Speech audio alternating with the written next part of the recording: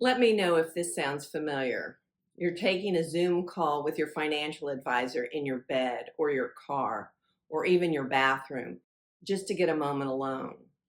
Do you skip a second cup of coffee or delay lunch to avoid a quick question from staff? And when you and your partner close the door, do staff assume that someone's going to get fired? If any of this feels familiar, this episode is for you. Let's get real. Your nanny does not need to know about your fight with your sister and get emotionally involved in all of that. Your housekeeper does not need to know your net worth or anything about your finances. Your chef doesn't need to know whether your daughter's boyfriend made the cut for the family vacation. And you shouldn't be made to feel self-conscious about the $100,000 watch that just got delivered, especially if your team is asking for raises. And if you receive a surprise medical diagnosis, it's definitely not your staff's job to spiral into a Google search on your behalf. With everything that's going on in the world, your home should be the one place where you and your family have peace of mind, regardless of how many people it takes to maintain it. So today, we're talking about what it really takes to make your house feel like a home when you have full-time staff and when they bring energy into your home on a daily basis, what you must do to protect your privacy and your peace of mind. Because it doesn't matter if you have 2 staff or 20. Household staff change the energy of your home. They bring their outside energy and they need structure. Most homes don't have this or have any boundaries around this. So without clear boundaries on your family's part, managing non-family members underneath your roof can quickly and quietly take over your life. And over time, it can change your family. Your home is no longer just your sanctuary. It is a business, which means it needs to be managed like one. So let's start with your privacy. It's easy to forget how thin the walls are and how much staff absorb just by being nearby. They can see it on your face or hear it during calls or over breakfast or while unpackaging something that sparks a conversation.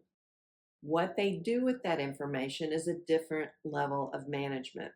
Some staff are excellent at holding confidences, and others think that they're actually helping keep the team in the loop on the household mood. After all, everyone's under the same non-disclosure agreement. But that said, it's a gray area and a slippery slope.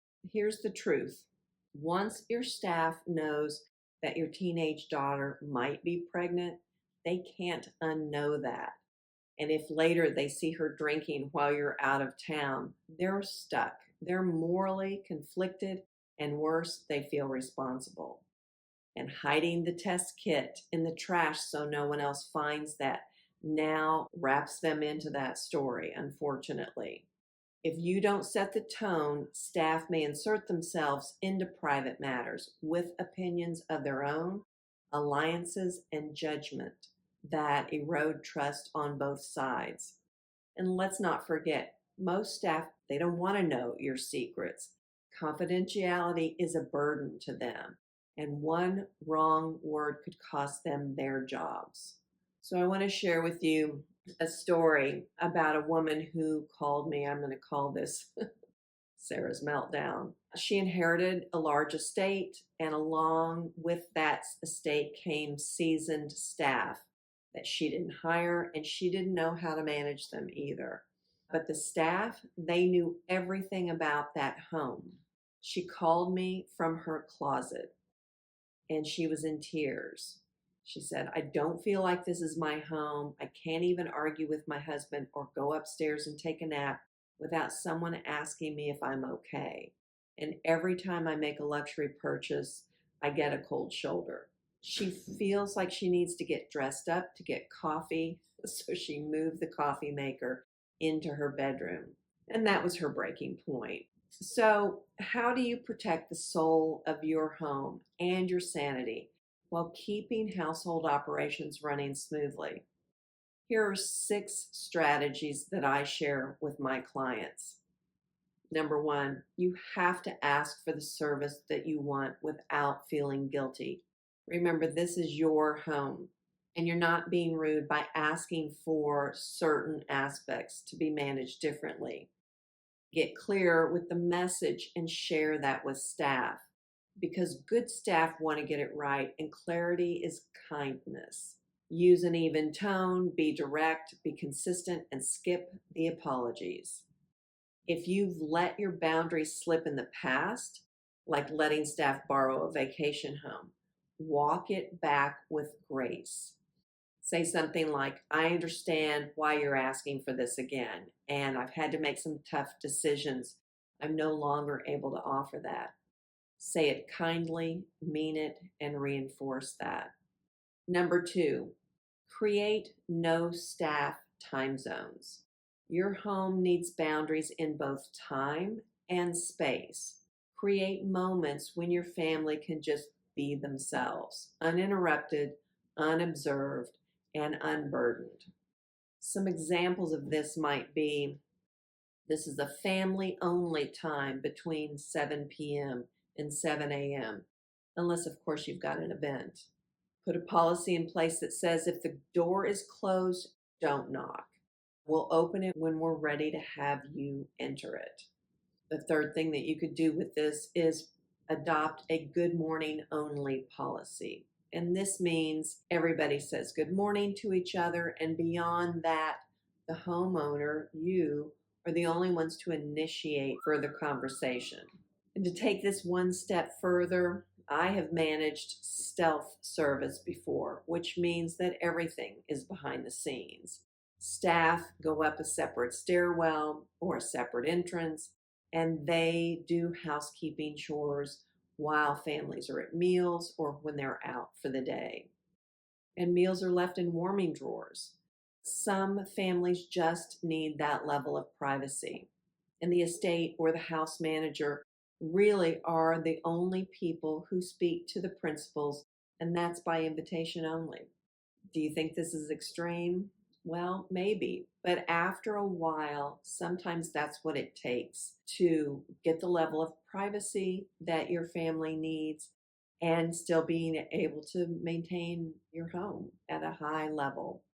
Boundaries don't make you cold, so just be sure to get your home livable again and share that with your staff. So the third suggestion that I'm making here is put everything in writing.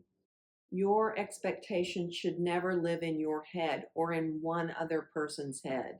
We do something called a personnel memorandum of understanding that outlines these things: communication preferences, decision-making authority, and what's off limits to the staff, and maybe the time zones need to be very clearly explained to everybody. It eliminates their guesswork, and it protects everybody so that they can work autonomously again. The fourth thing that I suggest that you do is protect your personal space and stay out of theirs. Have a staff designated part of the house. If you feel like your staff are too present in your life, they probably are, but the house manager needs to set the tone. Let the house manager open packages, mails, and deliveries discreetly. You don't need to know or want to know what's being whispered in the service halls behind your back. And don't engage in the back of house drama. Don't play favorites, and let your estate manager or your house manager handle those dynamics. The fifth thing, lock it up or lock it down.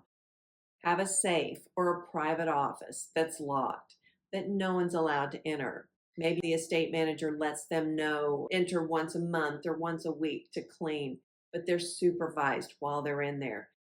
These spaces could include your precious jewelry, any controlled substances or prescription meds, and financial paperwork.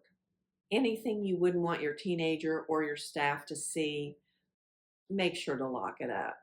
And maybe there's a space that even your partner doesn't know what's in it. That's how important privacy is to each and every one of us. The sixth thing that I suggest that you do is take time to manage the business of your home. Your home is a highly functioning operation that requires your input. So staffing, payroll, projects, HR, none of this should be handled casually and in passing. Create an information funnel and let your house or estate manager handle the staffing issues, the HR and vendor concerns. Empower them to hire and fire, no matter who they are, and manage compensation. Hold the house or estate manager accountable for the energy and the privacy within your home. And stay out of the interpersonal drama and don't fall into the trap of favoritism. That favorite staff member, no matter how long they've been with you, may be the toxic link to your entire organization.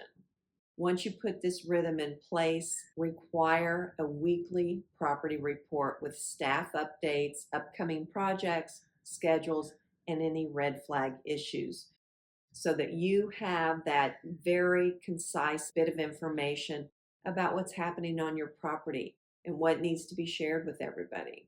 Give your staff timely feedback and stay at the 30,000 level of management. Let your team execute your wishes. This reduces emotional labor and it keeps your home running smoothly, not like a crisis center. So my final thoughts here are that any well-run home has a rhythm, a flow, it's predictable, it's got protocol, and it has known boundaries. But the rhythm starts with you. Leadership doesn't need to be micromanaged. In fact, if you feel like you have to micromanage, you probably have the wrong manager in place. It takes setting the tone, defining expectations, and letting great people do great work. So if your house feels chaotic, overly formal, or like you no longer belong there, ask yourself if you have set clear boundaries. Do you have a communication funnel? And have I told my team what not to do? Am I making time to manage the business of this home? The world may be on fire and you might be spinning out of control knowing what to buy Jeff Bezos for a wedding gift. I don't know. But your home should be the safest, most peaceful place on the planet. So protect it like the most valuable asset that it is. Next week, we're going to talk about a highly sensitive subject, children and your staff. I hope you'll stay tuned. If you're ready to put some systems in place to help protect your privacy and your peace of mind, visit estatemanagementsystems.com to discover how you and I might work together. I'm Kelly Fore Dixon. This is Dear Billionaire. Thank you so much for listening, and I'll see you next time. Please take a moment to go to our website or click on the link below and download our 6 core strategies to protect your privacy and peace of mind. These are notes from this video that allow you to print them off, check them off the list, and hand them to your staff. I hope it's helpful.